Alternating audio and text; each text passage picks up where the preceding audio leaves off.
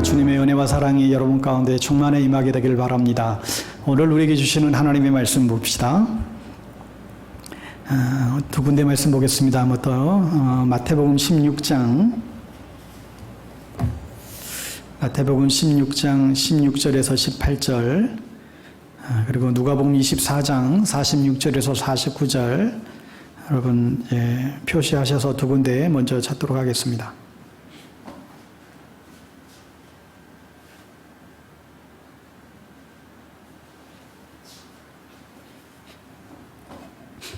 마태복음 16장 여러분 찾으셨으면 우리 자리에서 일어나셔서 16장 16절부터 18절까지 우리 한 목소리로 같이 합독하겠습니다. 16절부터 18절 시작.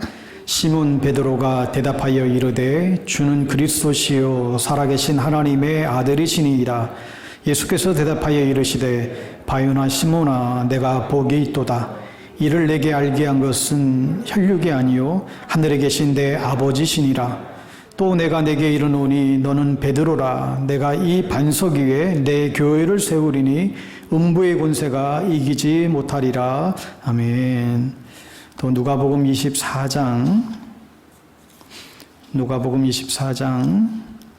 46절에서 49절 교독합니다. 또 이르시되 이같이 그리스도가 고난을 받고 제3일에 죽은 자 가운데에서 살아날 것과 또 그의 이름으로 죄사함을 받게 하는 회개가 예루살렘에서 시작하여 모든 족속에게 전파될 것이 기록되었으니 너희는 이 모든 일의 증인이라.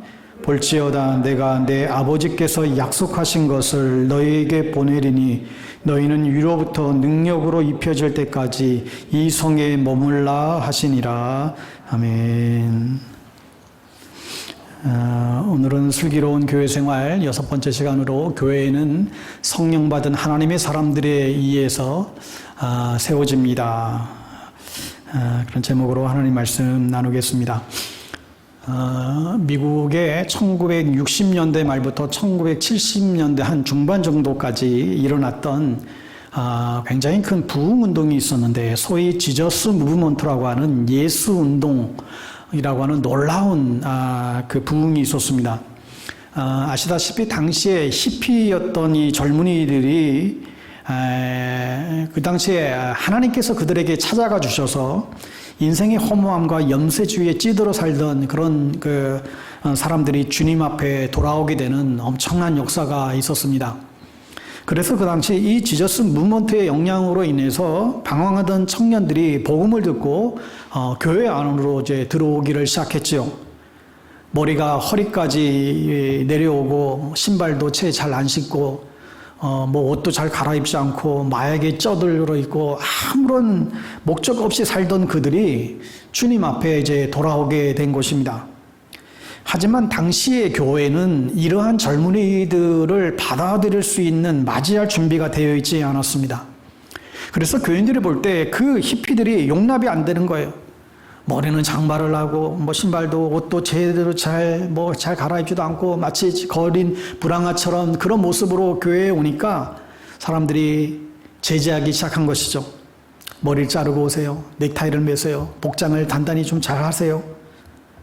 그런데 그들은 생각하기를 아니 예수를 믿는 것하고 머리 자르는 것하고 무슨 상관이 있는가? 예수 믿는 것하고 넥타이 매는 것하고 무슨 상관이 있지? 우리는 예수를 만나 주님께 예배를 드리러 교회 찾아왔는데, 그리고 교회는 방황했던 젊은이들이 교회를 찾아오면 정말로 반갑게 맞이해 줄 줄 알았는데 그때의 교회는 그들에게 냉랭했습니다. 그들을 환영해 주질 않았어요. 그래서 그때 젊은이들이 교회가 안 반겨줬기 때문에 자기들끼리 나가서 성경을 읽으면서 신앙생활을 처음 시작을 한 것이죠. 그때 유행했던 얘기 중에 하나가 우리는 빨간 글자만 믿고 그대로 살자 했어요. 이게 무슨 말이에요? 우리는 빨간 글자만 믿고 그대로 살자. 여러분 성경 한번 보실래요? 복음서를 오늘 말씀도 보세요. 24장 누가복음 24장 성경을 펴시면 여러분 성경에 빨간색 글자가 있지 않습니까? 빨간색 글자가 없는 성경은 이상한 성경입니다. 원래는 다 이제 옛날 성경은 다 빨간색 글자가 있어요. 이 빨간색 글자가 뭐예요? 예수님이 직접 하신 말씀은 빨간색으로 다 색칠해놨어요. 그러니까 우리는 예수님 말씀만 그대로 믿자. 예수님의 말씀만, 예수님이 하신 말씀만 그대로 믿고 그대로 살자. 이런 운동이 이제 벌어진 것이죠. 그래서 그들은 자기들과 처지가 비슷한 사람들에게 어떻게 하면 복음을 전할까 그렇게 몸부림을 치며 했었는데, 그들이 당시에 무슨 목회 철학이나 무슨 교회의 무슨 어떤 방법론을 가지고 있었던 게 아니라 그냥 자신들이 믿은 그 예수에 대한 그 경험 때문에 그 뜨거운 열정으로 교회를 세워갔습니다. 그러면서 동시에 그 당시에 놀랍게 성령 운동이 막 일어나기 시작했는데, 척 스미스 목사님을 중심으로 한 갈보리 채플, 그 유명한 그 갈보리 채플들이 비롯해서 놀라운 그런 부흥 운동들이 이제 일어났던 것입니다. 그저 단순히 빨간 글씨 그대로 믿고 그대로 살자. 지금 생각하면 참 어설프게 그지없지만 그 순수함이 미국의 복음주의 교회들을 일깨우는데 원동력이 되었습니다. 그래서 그들은 정말 성경 말씀 그대로 사도행전 2장에 나타난 성경을 보니까 모여서 성령을 사모하며 기도하니까 성령이 임명하였고, 초대교회 성도들처럼 믿는 사람들이 자신의 소유들을 다 나누어서 쓰기로 하자. 그 말씀은 그대로 자기의 물건을 통용하고 자신들의 수입을 다 내어놓아서 돈을 많이 버는 사람이든 돈을 적게 버는 사람도 할 것 없이 자신의 소유들을 다 내어놓고 필요에 따라 나눠주고 함께 떡을 떼며 하나님을 찬양하며 예배하는 일들이 벌어지자 많은 사람들이 그렇게 더 모여들게 된 것이죠. 미국의 부흥운동에 커다란 획을 그었던 한 사건들입니다. 미국도 그렇고 우리나라도 그렇고 이렇게 한때 놀라운 부흥을 경험했던 나라들이 지금은 쇠퇴의 길을 걸어가고 있습니다. 왜 그럴까? 이번에 학생들과 무지하고 척박했던 이 땅에 복음을 전하다가 순교하신 분들의 발자취를 돌아보면서 정말 생명을 걸고 그들은 복음을 이 땅 가운데 정말 전했던 이 믿음의 선배들의 그 열매들을 후손은 우리들이 지금 다 까먹고 있고 주님의 영광을 가리고 있다는 그런 생각에 부끄러움과 안타까움을 또한 금할 수가 없었습니다. 그러면서 어떻게 하면 다시 이 추락하는 이 교회를 다시 회복할 수 있을까? 어떻게 하면 이 식어진 우리의 가슴에 다시 한번 불을 일으킬 수 있을까? 스스로에게 질문하게 됩니다. 우리가 이 위기를 극복할 수 있는 대책이 뭘까? 오늘날 무너지고 있는 교회가 다시금 회복될 수 있는 비결이 뭘까? 돈일까요? 건물일까요? 몇 달 전에 영등포 교회에 있었던 한 세미나에 참여하러 갔다가 그 교회를 주보를 보고 깜짝 놀란 일이 있었습니다. 영등포 교회는 1897년에 세워진 교회예요. 저희 교단 교회입니다. 125년 된 정말 역사 깊은 교회이고, 돌아가신 총회장을 지냈던 고 방지일 목사님이 심우했던 교회였고, 지금은 영등포 시장역 지하철과 바로 연계가 돼서 정말 멋있는 예배당이 중축이 되었습니다. 그런데 이 교회, 너무너무 아름답게 잘 지어놨는데, 근데 이 교회 주보에 실린 교회 학교 예배 인원을 보고 깜짝 놀랐습니다. 그래도 원래 그 교회가 굉장히 많이 모였던 교회는 아니었지만, 그래도 작년에 800-900명 정도 지금 출석하고 있는 교회인데, 교회 학교 모인 그 상황 기록에 보니까 영유아부가 10명이 채 안 돼요. 초등부도 7명인가? 학생부가 20명이 채 안 됐던 것 같아요. 22명인가? 교회는 엄청 크게 잘 지었어요. 정말 충격이었습니다. 유럽교회가 점차 젊은이들이 다 빠져나가고 백발 노인들만 교회를 지키고, 그 이야기가 정말 이제 남의 얘기가 아닌 게, 이제 한 세대가 지나가기 전에 지금 우리가 지금 이렇게 되겠구나, 당장. 제가 최근에 일부러 몇 개의 교회를 일부러 찾아봤어요. 그런데 50년, 100년 됐던 그런 교회들이 정말 소수의 교회를 제외하고는요, 비슷해요. 평균 60대입니다. 젊은이들은 잘 보이지도 않습니다. 소수의 몇 교회도 보니까 그 교회에서 막 자라난 게 아니라 이 교회 저 교회에서 견디다 못한 청년들이 모여서 그래도 청년부가 막 활성한 교회, 그 교회에 그렇게 모여든 거예요. 그럼 대부분의 나머지 교회들 10년 뒤면 어떻게 될까? 평균 연령 70세. 10년 뒤에는 어떻게 될까? 여러분, 그런데도 교회는 위기감을 느끼지 않습니다. 왜 그럴까요? 아직은 그 교회를 채우고 있는 어른들이 계세요. 주일날 그래도 그득히 나와 있는 모습을 보고 아무런 문제 없다고 생각이 듭니다. 아유, 그래도 우리 이만히 모이고 있고 교회 건물도 갖고 있고 아유, 우리끼리 잘 지내면 되지 뭐. 이러한 이상한 건강하지 못한 생각을 가진 사람들이 많을까요, 적을까요? 여러분, 우리나라 대학가는 이미 미전도 종족입니다. 전에는 대학 캠퍼스가 황금 어장이라고 그랬어요. 선교단체들 지금 다 죽었습니다. CCC, IBF, 예수전도단, 조혜선교회, 내비게이터, 과거에 캠퍼스 선교단체들이 300개가 넘었었어요. 지금은 반 이상이 다 사라졌고, 교회 안에 캠퍼스 안에 크리스찬 선교단체 동아리 찾기가 힘들어요. 대학가에서 설치는 애들은 다 이단밖에 없어요. 학교에서도 직장에서도 자기가 크리스찬임을 드러내질 않아요. 어쩌다 이렇게 되었을까? 우리들의 잘못이죠. 우리 기성세대들의 책임이죠. 오직 대학 하면서 대학 들어갔더니 하나님 다 떠나는 거예요. 게다가 교회 세습이나 교회 갈등들을 보며 자란 세대들은 교회에 실망하여 다 떠나는 겁니다. 그렇게 높았던 신학교 지원자가 신대원 들어가기가 그렇게 어려운데 저희 때만 해도 기본 재수 삼수는 보통 신대원 들어가려면 그렇게 해서 들어갔는데 지금은 경쟁들도 없어졌대요. 미달인 신학교들이 속출하고 있어요. 몇 번 얘기했지만 주일학교 없어진 곳은 대반이고 반 이상이 주일학교 없어요.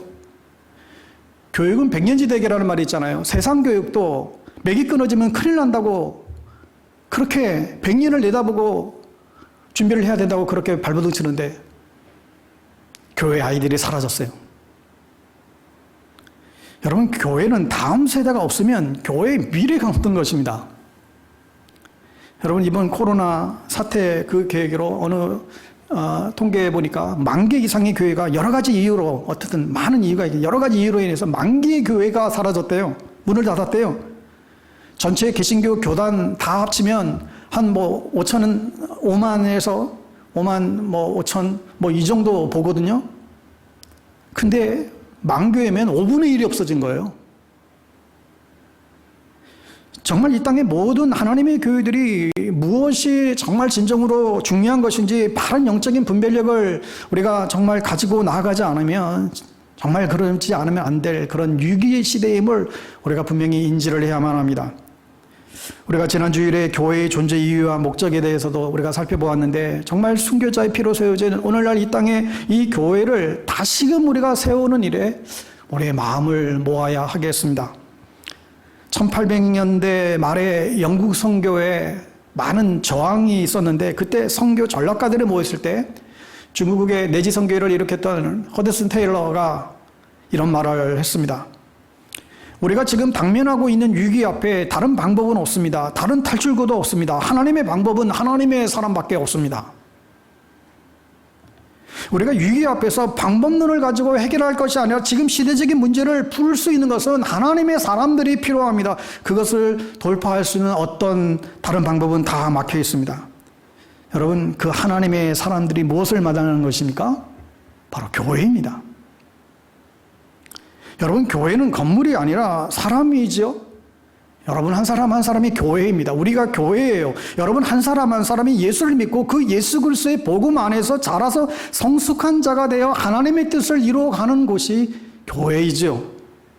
여러분, 아무리 좋은 제도와 어떤 환경을 구비해도 그 제도를 운영하는 것은 결국은 사람이잖아요. 그러니까 사람이 바뀌지 않으면 교회는 바뀌지 않습니다. 사람이 바뀌지 않으면 아무런 의미가 없습니다. 그리스도의 온전한 제자가 되기 위해 모든 성도들이 끊임없이 교육받고 훈련받고 변화하는 작업이 우리에게 있지 않으면 결코 건강한 교회를 이루어갈 수가 없습니다.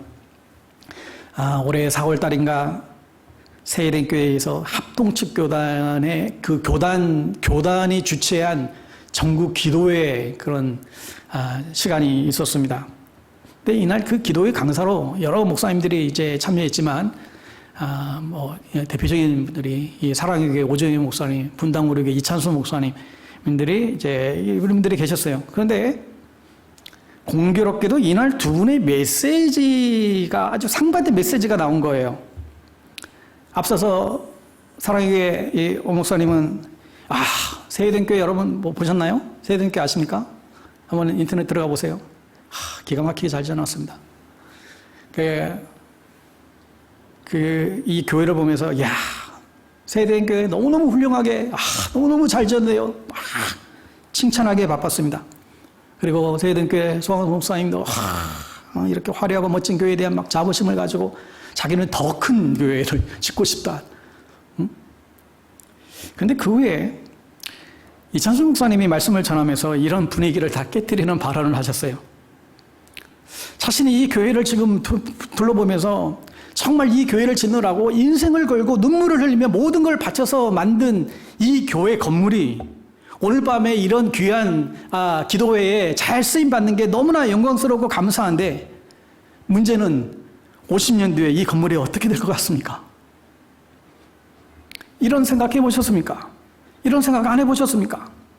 이곳이 술집으로 바뀐다면 여러분 어떻게 하십니까? 안 두려우세요? 그랬어요. 이렇게 화려한 예배당을 걸고 지었지만 젊은이들이 기성교인들을 바라보면서 실망해서 교회를 다 떠나고 이 자리에 큰 교회당에 텅 비게 되면 그 책임을 여러분 어떻게 지겠냐고 일침을 놓았어요. 교회는 더 이상 건물에 집착할 때가 아니라 바른 가치를 가지고 나아가야 할 때임을 강조한 것이죠. 평소에 이찬수 목사님을 많은 존경하는 분들이 많이 계신데 이분이 자신의 그 교회를 이분도 대형 교회니까 30교회인가로 나누고 1만 성도 이제 다 전국으로 파송하는 운동을 벌이고 있는데 그 교회의 방향성이 우리가 왕궁과 같은 그 예배당에 만족하지 말고 그 왕궁을 거부하는 그런 버림과 비움의 길을 걸어가자고 평소에 그분의 소신의 발언들이 있습니다. 그날도 우리가 사람들의 평가가 아니라 정말 주님 앞에 우리가 두려운 마음으로 서 있는가 돌아보자고 회개하자고 사람 의식하면서 사람에 맞춰서 하는 목회 우리가 좀 그만두자고 이제는 사람 의식하지 않고 정말 하나님만 의식하며 신앙생활을 하자고. 여러분도 동의하십니까? 저도 전적으로 이 목사님 말씀에 동의하면서 정말 바른 교회를 향한 몸부림이 있어야 되겠다 다시 한번 생각해 보게 됩니다. 저도 요즘에 교회에 대한 생각과 고민들이 참 많이 있는데 이 슬기로운 교회 생활을 우리가 다루면서 어떻게 하면 이 위기를 극복하고 우리 신앙생활을 회복할 수 있을까 계속 고민하게 됩니다.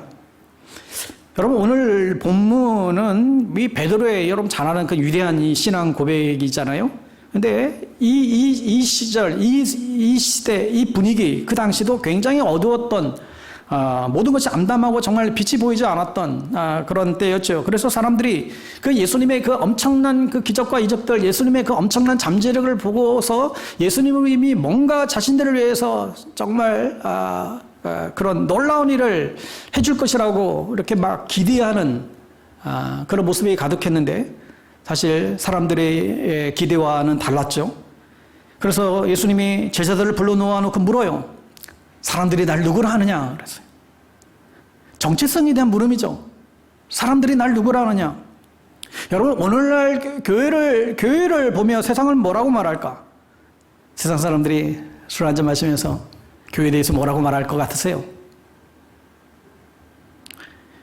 여러분 우리를 얼마나 조롱하고 여러분 교회를 비꼬는지 들어보셨습니까? 교회가 세상의 빛이요 소금인데 세상 소금이 짠맛을 잃어버리면 밖에 밟힌다라고 했는데 그게 왜 오늘 우리의 시대의 현실이 아닙니까? 도대체 세상 사람들이 교회를 뭐라고 하느냐? 예수님이 제자들에게 너희는 나를 누구라 하느냐? 다른 사람들이 뭐라고 하는 그걸 그냥 다 접어두고 너희는 나를 누구라 하느냐? 여러분의 가슴속에도 교회에 대한 분명한 확신할 성경적인 그림이 그려져 있습니까? 세상 사람이 뭐라고 하든, 주변 사람이 뭐라고 하든, 뭐 교회를 평생 같이 섬기던 성도들이 뭐라고 하든, 나는 교회를 어떻게 정의를 내리고 있는가? 너희는 나를 누구라 하느냐? 예수님이 얼마나 답답했으면 이러한 질문을까지 하셨을까 생각해 보게 됩니다. 3년 동안 동고동락하며 예수님의 온갖 가르침과 이적과 기적을 다 보았던 그런 하나님 나라의 복음에 대해서 가르쳐 왔는데, 제자들이 과연 이 복음을 이해했을까? 아무도 용기를 내지 못하고 주저하고 있을 때 그래도 수제자답게 베드로가 말하죠. 주는 그리스도시요 살아계신 하나님의 아들이십니다. 이 대답을 들은 예수님이 너무나 기뻐하시죠. 이야, 3년 동안 가르치던 게 헛것이 아니구나. 와, 바요나 시몬아, 너에게 복이 있다. 내게 이것을 알게 한 것은 그건 혈육이 아니고 어디서 배운 게 아니라 하늘 아버지에게서로부터 알게 하셨다.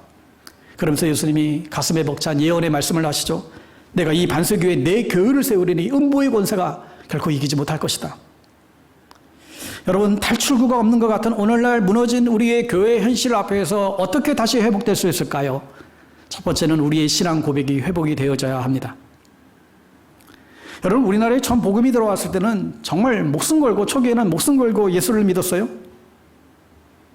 저희 할머님, 돌아가신 할머님 때도 예수 믿는 것 때문에 뭐 마을에서 쫓겨나고 재산도 또 어려움을 당하고 그런 시절이었습니다. 예수쟁이라고 조롱을 받았고 심지어 가문에서 재산도 빼앗기고 쫓겨난 일들이 아주 많았죠.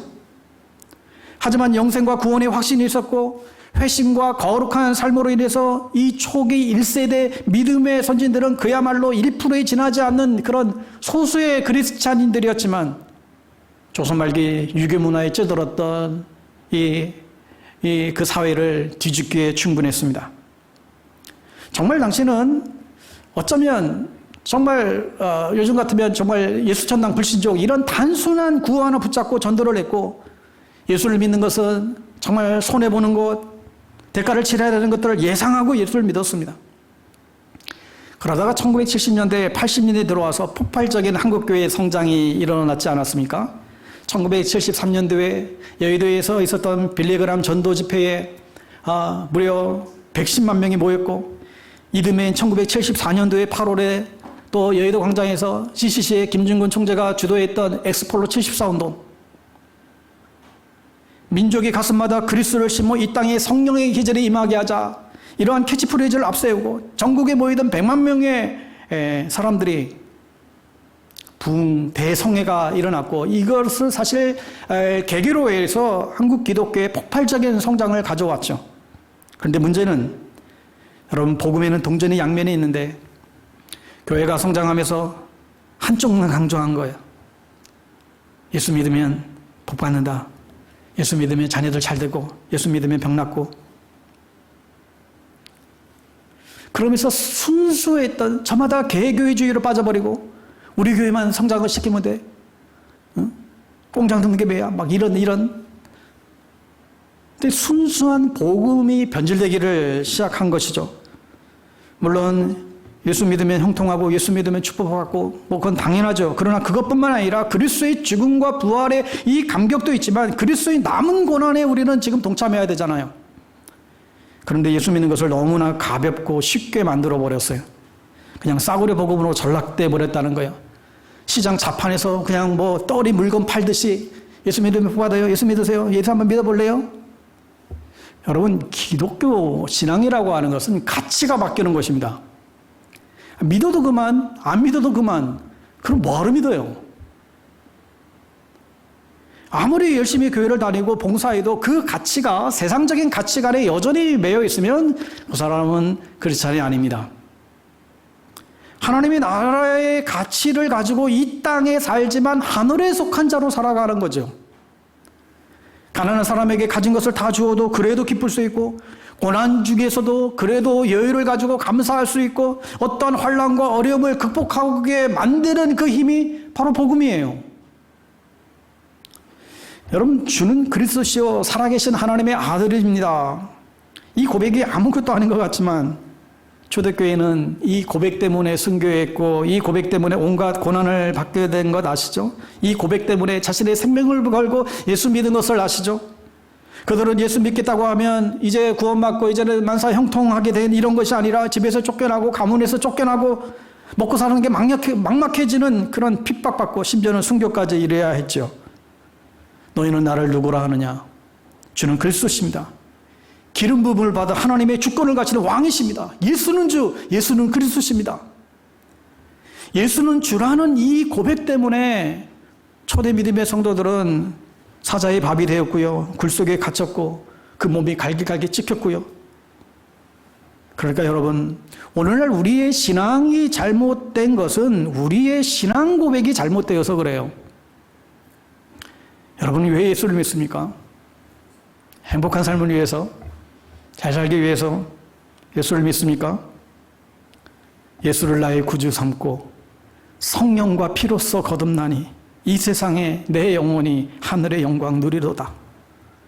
이것이 나의 간증이요 이것이 나의 찬송일세. 나 사는 동안 끊임없이 구주를 찬송하리로다. 나의 생명 대신 예수를 위해서 살고 나를 통하여 하나님의 영광이 드러나고 세상 모든 민족의 구원을 얻기까지 주의 이름이 높임을 받게 되는 그 영광스러운 복음을 위해서 우리가 살아가는 것이죠.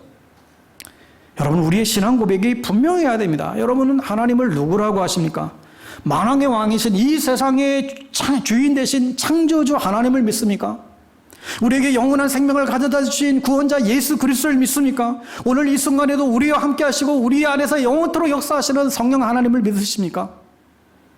우리의 신앙 고백이 분명하지 않으면 우리는 이 위기의 시대를 극복해 갈 수 없습니다.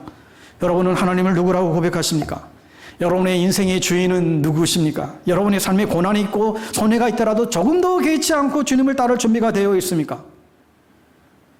오늘날 자기 기분만 조금만 상해도 자기 자존심 좀 상했다고 예수조차 다 팽개쳐버리고 떠나는 이 시대의 세속화된 신앙 풍토 속에서 정말 하나님을 나의 왕으로 삼고 예수님을 나의 정말 구주로 삼고 이 거친 세상에서 정말 피 묻은 십자가 붙잡고 살아갈 각오들이 되어 있으십니까?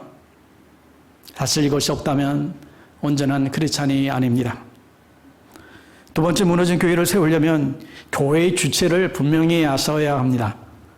내가 이 반석 위에 내 교회를 세우리니, 여기서 내가가 누구예요? 내가 이 반석 위에, 목사가 아니죠. 장로가 아니죠. 권사님들이 아니에요. 주님이세요. 주님이 당신의 교회를 세우신다는 거예요. 여러분, 이 말씀이요 얼마나 위로가 되는지 모릅니다. 여러분, 우리의 힘으로, 우리의 재정으로, 우리의 능력으로 교회를 세우라고 한다면 우리는 조금만 어려움이 있어도 낙심해야 되고 절망해야 되고 큰일 났다고 호들갑 떨어야 될 텐데 그러지 말라는 거예요. 왜요? 교회는 주님이 세우세요. 사람이 세우는 것은 주님의 교회가 아닙니다. 다 사람들이 자기 주인 노릇하려고 덤비드니까 그러한 교회는 항상 싸움과 다툼과 가십이 그치잖아요. 우리는 주님의 교회를 세우는 도구로서, 책임적 존재로서 주인 일식이 필요한 것이지 사람이 주인 되는 교회가 되어서는 결코 안 되는 것이죠. 하여 하나님이 주인 되시는 교회이기에 우리가 당면하는 수많은 어려움과 핍박과 고통이 있다 할지라도 이 땅에 하나님의 교회를 세워가는 일에 우리가 절망하고 주저하고 낙심이 될 때에도 내가 그렇게 믿었던 사람들이 배신하고 떠나는 일이 있다 할지라도 정말 다 포기하고 떠나고 싶을 때에도 우리가 넘어지지 않고 다시 일어서게 만드는 힘은 바로 주님의 이 약속의 말씀이 있기 때문에 그래요.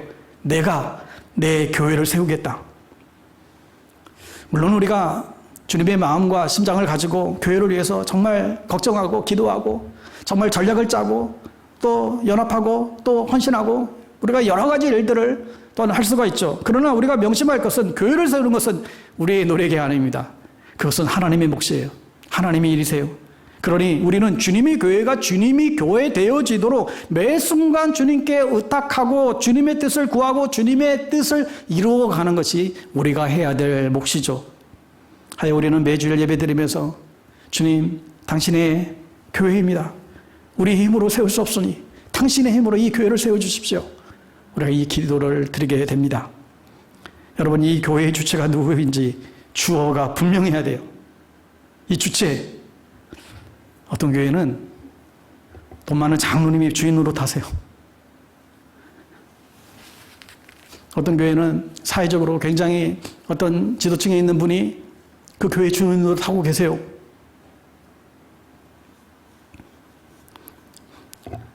저희 교단에 어느 교회 모 장로님이 계신데요. 기업의 회장님이세요. 그 장로님 한 분의 11조가 전체 교회 11조의 상당수를 차지한대요. 근데 이분은 당회에서도 재직회에서도 아무런 말씀을 안 하신대요. 그러니까 누군가 한 번은 물었더니 이유인즉 교회 안에 자기가 그래도 기업의 회장이라고 헌금 많이 한다고 소문 다 났는데 내가 말까지 하면 교회에 전혀 도움이 안 된다고 말을 안 하든지 헌금을 많이 하든지 둘 중에 하나만 해야 된대. 얼마나 지혜로우신지 몰라요? 여러분, 우리는 분명한 확신이 있어야 해요. 교회는 사람이 세우는 것이 아니라 그분의 약속하셨고 약속대로 주님의 교회는 세워지는 것입니다. 주님이 말씀하신 빨간색 글자예요. 빨간색 글자. 이 빨간색 글자, 내가 내의 신앙 고백 위에 내 교회를 세우겠다. 그러니까 여러분, 어떤 의미에서는 아무리 주위에서 교회를 비난하고 비관적인 얘기를 해도 사실 상관이 없습니다. 왜냐하면 아무리 정말 암흑교와 같은 사실 시간을 보내도 과거 2000년 동안 하나님께서는 꺼져가는 등불도 끄지 않으셨던 것처럼 당신의 교회를 세워가시고 지금도 일하시고 계시기 때문에 그렇지요. 하여 지금 교회가 어렵다고, 지금 세상에 교회에 대한 여러 가지 핍박이 있다고 조급하거나 불안해하지 말고 그럴 것이 아니라 우리의 신앙 고백이 더 분명하고 복음에 합당한 삶을 우리가 살아가게 될 때에 주님은 반드시 주님의 교회를 세워가시고 교회를 통하여 당신의 뜻을 이뤄갈 것입니다. 여러분, 미국 서부에 요세미티 국립공원이라는 유명한 공원이 있습니다. 사진을 통해서 본 분들도 또 가보신 분도 있는지 모르겠는데 거기 굉장히 오래된 그 나무들, 3,000년이 넘는 나무들이 있다고 그래요. 그래서 근데 그렇게 오래된 나무에는 그 밑에 구멍이 뚫려져 있대요. 여러분 사진에서 보듯이 커다란 구멍이 뚫려서 거기 사람도 지나가고 차도 그렇게 왕래하고 그렇게 다닐 만큼 그 나무들이 저렇게 크대요. 3,000년이 걸린 거예요. 저 나무 자라는데. 여러분, 그런데 저렇게 3,000년이 걸린 저렇게 엄청난 저 나무 현대 장비 가지고 잘라버리는데 얼마나 걸릴까요? 몇 시간도 안 걸린대요. 3,000년 걸려 지어진 저 나무가 자르고 없어지는 데는 몇 시간도 안 걸린대. 하나의 나무를 세우는데 3,000년 걸렸지만 그것을 제거하고 잘라버리는데 몇 시간 안 걸렸다는 거예요. 여러분, 교회를 세우는 일도 정말 오랜 시간이 필요하지만 무너지는 것은 한순간입니다. 우리는 주님의 교회를 짓기 위하여 부름받은 사람들입니다.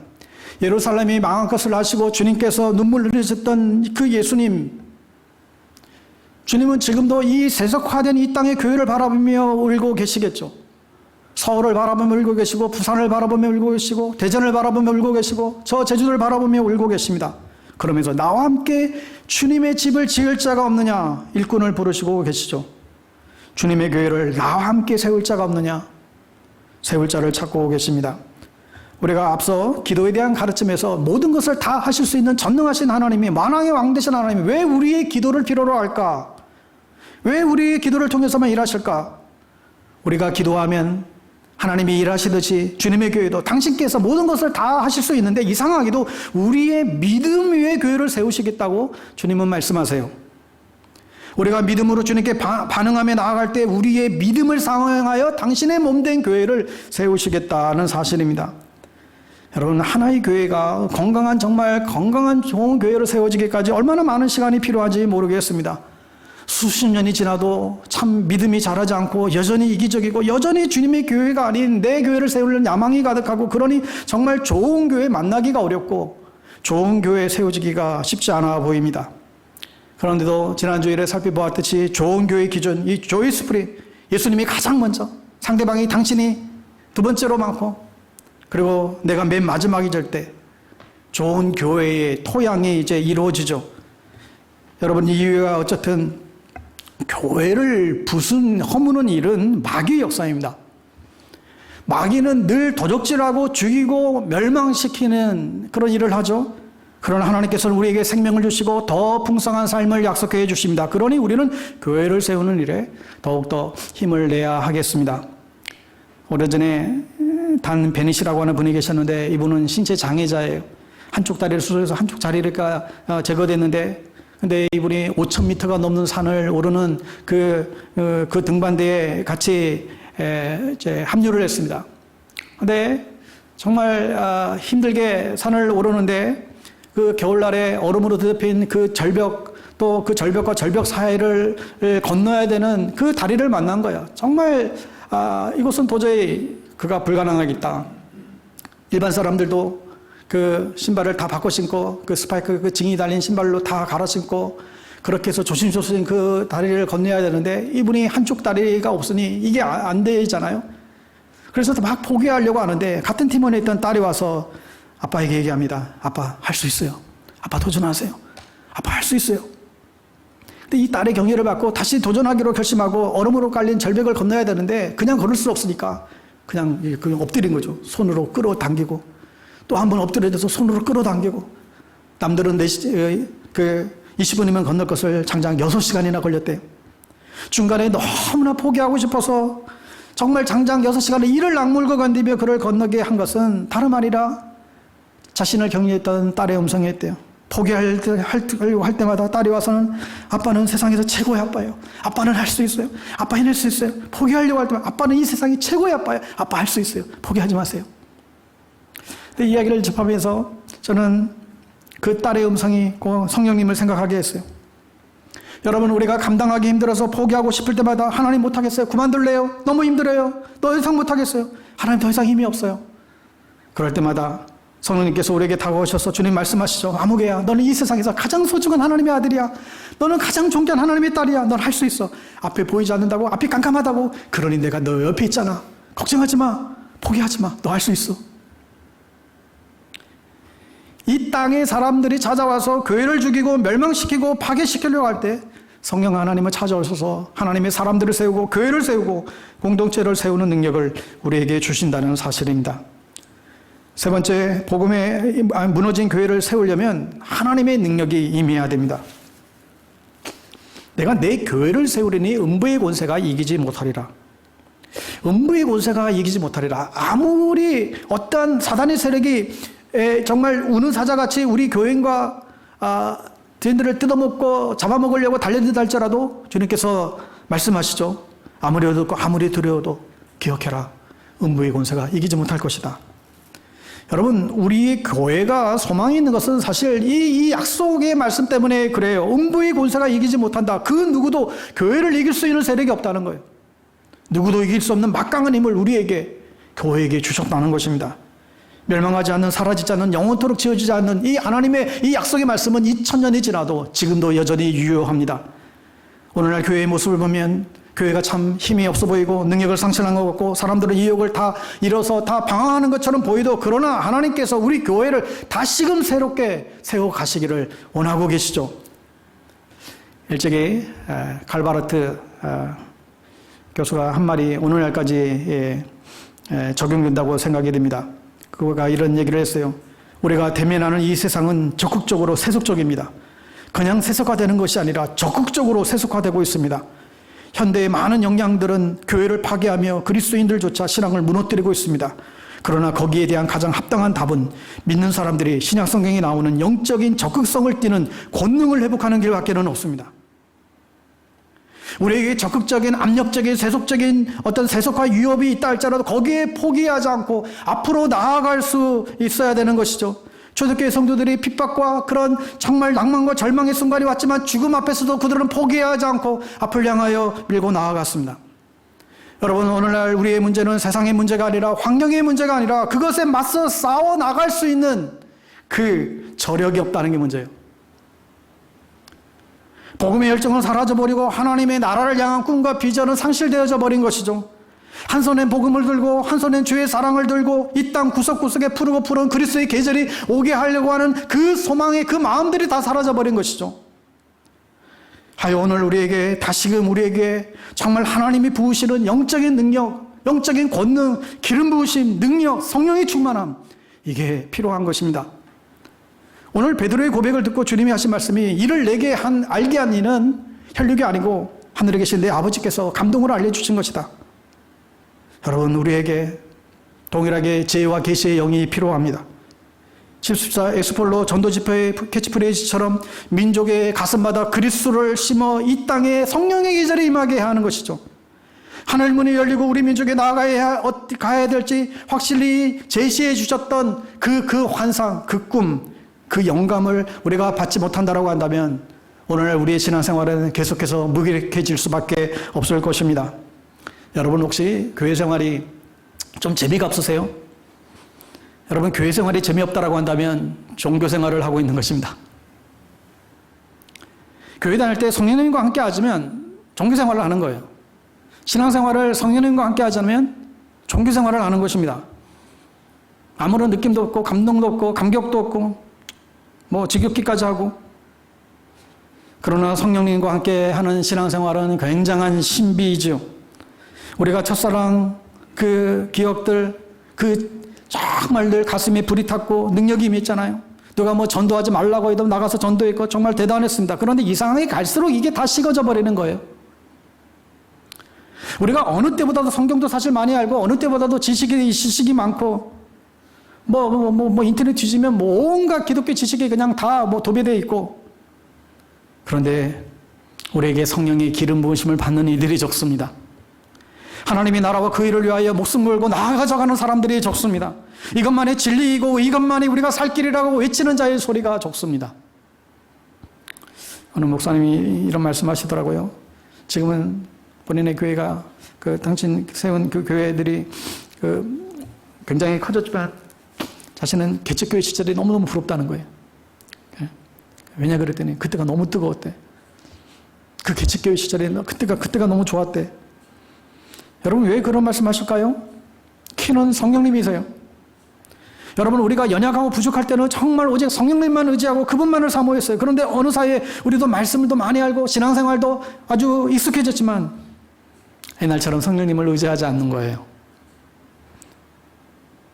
하나님께서 이미 우리에게 다 좋은 거 준비해 주셨잖아요. 그러나 그것은 우리가 연약할 때에, 우리가 정말 주님을 의지할 때에 그게 우리에게 주어지죠. 내가 가지고 있는 것이거나 뭘 의지해서는 성령님이 역사하지 않습니다. 어떻게 보면 내가 모자라고 내가 부족하고 내가 가장 연약할 때 그 순간에 성령님은 역사하기 시작합니다.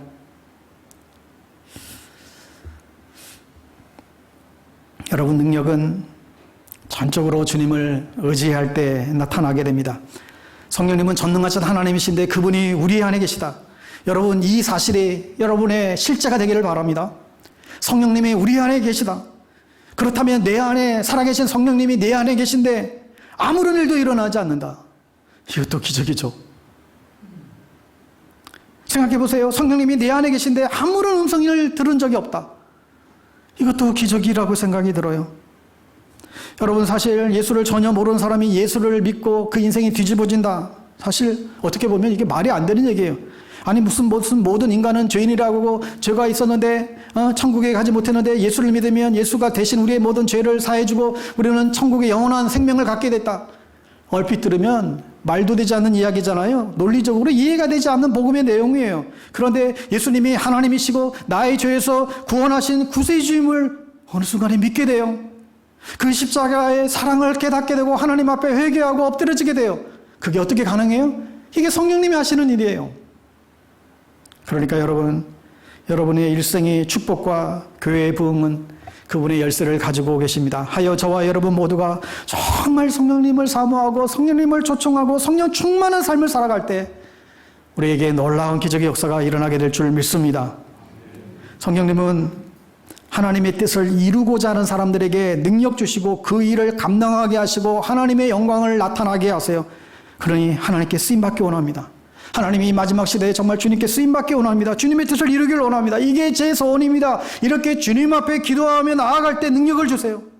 그 능력을 우리에게 기쁨으로, 감사로, 영광으로, 또 영향력으로, 너희는 먼저 그의 나라와 그의 일을 구하라. 그리하면 이 모든 것을 너희에게 주시리라 말씀 따라 구했더니 부족하지만 능력을 주시고 놀라운 열매를 거두게 하신 것입니다. 여러분, 마지막 시대에 하나님은 교회를 꿈꾸고 있습니다. 성도가 교회예요.